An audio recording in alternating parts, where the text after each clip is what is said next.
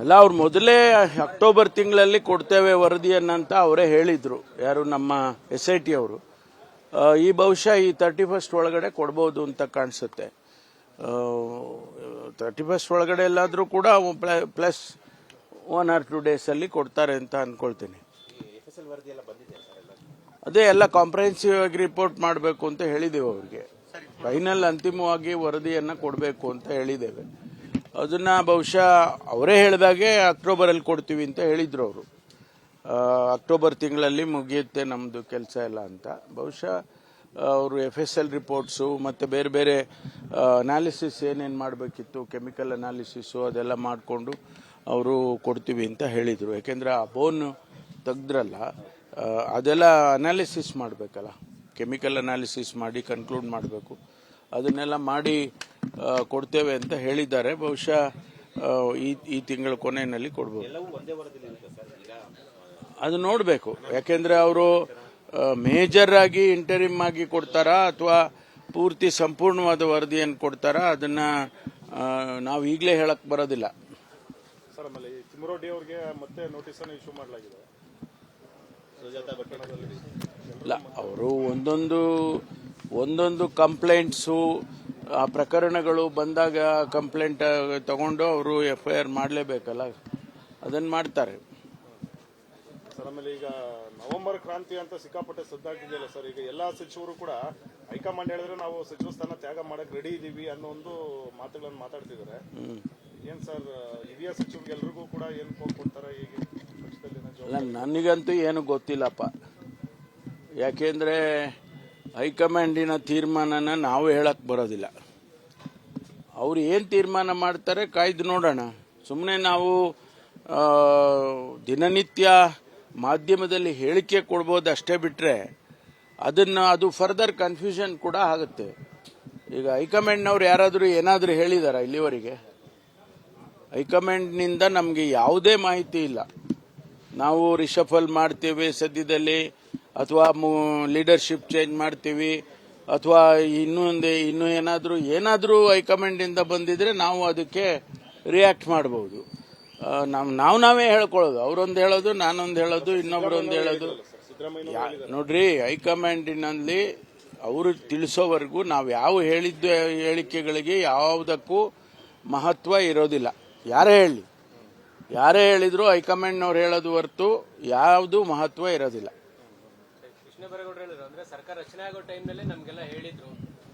ನನಗೆ ನೋಡಿ,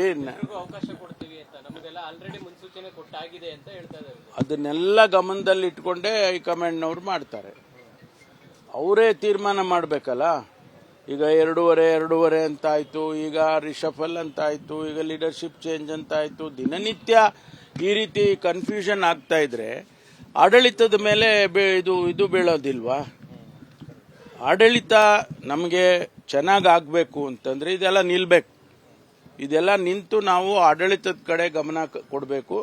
ಆ ಭಾಗದಲ್ಲಿ ಫ್ಲಡ್ಡಿಂಗ್ ಆಯಿತು, ಇಲ್ಲಿ ಕೂಡ ಸಿಟಿಯಲ್ಲಿ ಫ್ಲಡ್ಡಿಂಗ್ ಆಯಿತು, ಈಗ ರಸ್ತೆಗಳು ಸರಿಯಾಗಿ ಆಗ್ತಿಲ್ಲ, ಗುಂಡಿಗಳು ಬಿದ್ದಿದೆ, ಈ ಥರ ಎಲ್ಲ ಮಾತುಗಳೇನು ಬರ್ತಾ ಇದೆ. ಇದನ್ನೆಲ್ಲ ನಿಲ್ಲಿಸೋದಕ್ಕೆ ನಾವು ಆಡಳಿತ ಚುರುಕುಗೊಳಿಸ್ಬೇಕು. ಬಿಟ್ರೆ ಈ ಒಂದು ಗೊಂದಲದಲ್ಲಿ ನಾವು ಇರೋದು ಸರಿ ಇಲ್ಲ. ಸರ್, ಈ ಚರ್ಚೆಗಳ ಮಧ್ಯೆ ಈಗ ನವೆಂಬರ್ 1ನೇ ತಾರೀಕು ಮುಖ್ಯಮಂತ್ರಿ ಅವರು ಸಂತೋಷ ಕೂಟವನ್ನು ಕರೆದಿದ್ದಾರೆ. ಸೊ ಅದು ಕೂಡ ಒಂದಷ್ಟು ಚರ್ಚೆಗಳು ವ್ಯಾಖ್ಯಾನಗಳು ಪಡ್ತಿದ್ದಾರೆ ಅದೆಲ್ಲ. ಈಗ ನವೆಂಬರ್ 1ನೇ ತಾರೀಕು ಕನ್ನಡ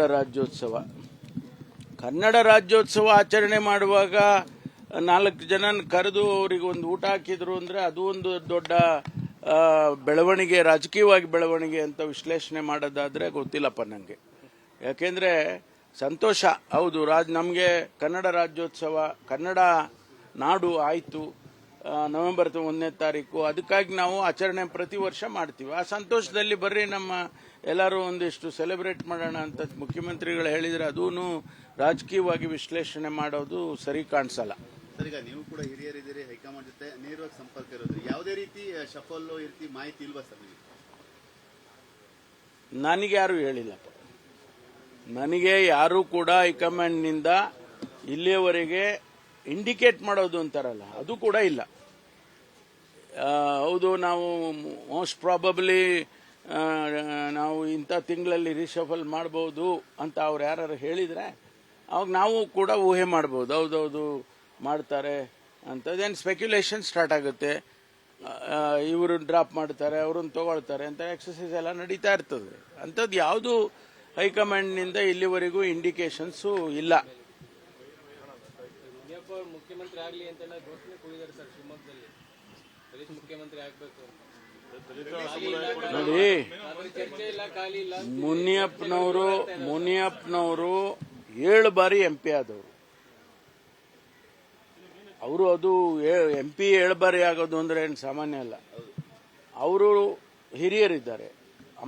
ಮತ್ತು ಅವರು ಕೇಂದ್ರದಲ್ಲಿ ಸಚಿವರಾಗಿದ್ದವರು.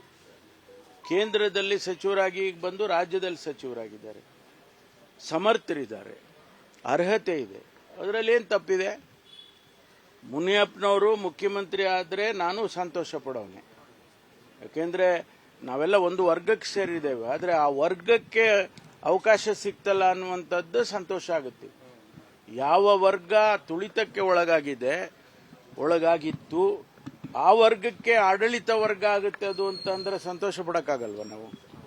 ಅದರಿಂದ ಮುನಿಯಪ್ಪನವರು ಸಮರ್ಥರಿದ್ದಾರೆ. ನಾನು ಕೂಡ ಅವ್ರು ಆಗೋದಾದ್ರೆ ನಾನು ಸಂತೋಷ ಪಡ್ತೀನಿ. ಪವರ್ ಶೇರಿಂಗ್ ಏನೂ ಇಲ್ಲ ಅಂತ ನೀವು ಮುಂಚೆನೇ ಹೇಳಿದ್ರಿ.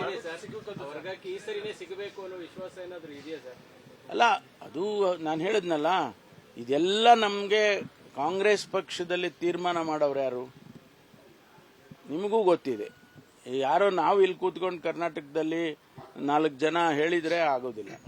ಹೈಕಮಾಂಡ್ನವರು ವಿಶ್ಲೇಷಣೆ ಮಾಡ್ತಾರೆ. ಈಗ ಬಿಹಾರದ ಎಲೆಕ್ಷನ್ ನಡೀತಾ ಇದೆ. ಎಲೆಕ್ಷನ್ ಆದಮೇಲೆ ಬಹುಶಃ ಇದಕ್ಕೇನಾದರೂ ಅಂಥ ಅವಶ್ಯಕತೆ ಇದ್ರೆ ಅವರೇ ಮಾಡ್ತಾರೆ. ನವೆಂಬರ್ 11ಕ್ಕೆ ಡೆಲ್ಲಿಗೆ ಹೋಗ್ತಾ ಇದ್ದಾರೆ ಸರ್. ರಾಹುಲ್ ಗಾಂಧಿ ಭೇಟಿಗೆ ಸಮಯ ಕೇಳಿದ್ದಾರೆ. CM ಕೂಡ 15ಕ್ಕೆ ಹೋಗ್ತಾ ಇದ್ದಾರೆ. ಏನೋ ಒಂದು ತೀರ್ಮಾನ ಆಗ್ಬೋದು ಸರ್ ಈ ಚರ್ಚೆಗಳು. DK ಶಿವಕುಮಾರ್ ಅವ್ರ ಬಗ್ಗೆ ಹೇಳೋದಕ್ಕೆ ನನಗೆ ಸಾಮರ್ಥ್ಯ ಇಲ್ಲ. ಅವರು ನಮ್ಮ ನಾಯಕರಿದ್ದಾರೆ, ಅವರು ನಮ್ಮ ಅಧ್ಯಕ್ಷರಿದ್ದಾರೆ ಮತ್ತು ಸಮರ್ಥರಿದ್ದಾರೆ. ಶಿವಕುಮಾರ್ ಅವರಿಗೆ ಕಂಪೇರ್ ಮಾಡೋದಕ್ಕೆ ಯಾರಿದ್ದಾರೆ? ಈಗ ಅಷ್ಟು ಅವರು ಸಾಮರ್ಥ್ಯ ಇದೆ. ಅದ್ರ ಬಗ್ಗೆ ನಾವು ಹೇಳೋವಂಥದ್ದಲ್ಲ. ಹೈಕಮಾಂಡ್ನವ್ರ ತೀರ್ಮಾನ ಅಂತಿಮವಾಗಿ ಆದಾಗ ನಾವೆಲ್ಲ ಅದನ್ನ ಹೈಕಮಾಂಡಿನ ಏನೇ ತೀರ್ಮಾನ ಆದರೂ ಒಪ್ಕೊಳ್ಳೋದಕ್ಕೆ ನಾವು ತಯಾರಿದ್ದೀವಿ. ನಿರ್ಭೀತ, ನಿಷ್ಪಕ್ಷಪಾತ, ವಿಶ್ವಾಸಾರ್ಹ ಸುದ್ದಿಗಳಿಗೆ ಮತ್ತೊಂದು ಹೆಸರಾಗಿರುವ ನ್ಯೂಸ್ 18 ಕನ್ನಡ ಈಗ ಆಪ್ನಲ್ಲೂ ಲಭ್ಯವಿದೆ. ದಯವಿಟ್ಟು ಇಲ್ಲಿರುವ QR ಕೋಡ್ ಅನ್ನು ಸ್ಕ್ಯಾನ್ ಮಾಡಿಕೊಂಡು ಆಪ್ ಡೌನ್ಲೋಡ್ ಮಾಡೋದಕ್ಕೆ ಮರಿಬೇಡಿ. ನಿಮ್ಮ ಬೆಂಬಲ ಹೀಗೆ ಸದಾ ನಮ್ಮೊಂದಿಗಿರಲಿ. ಧನ್ಯವಾದ.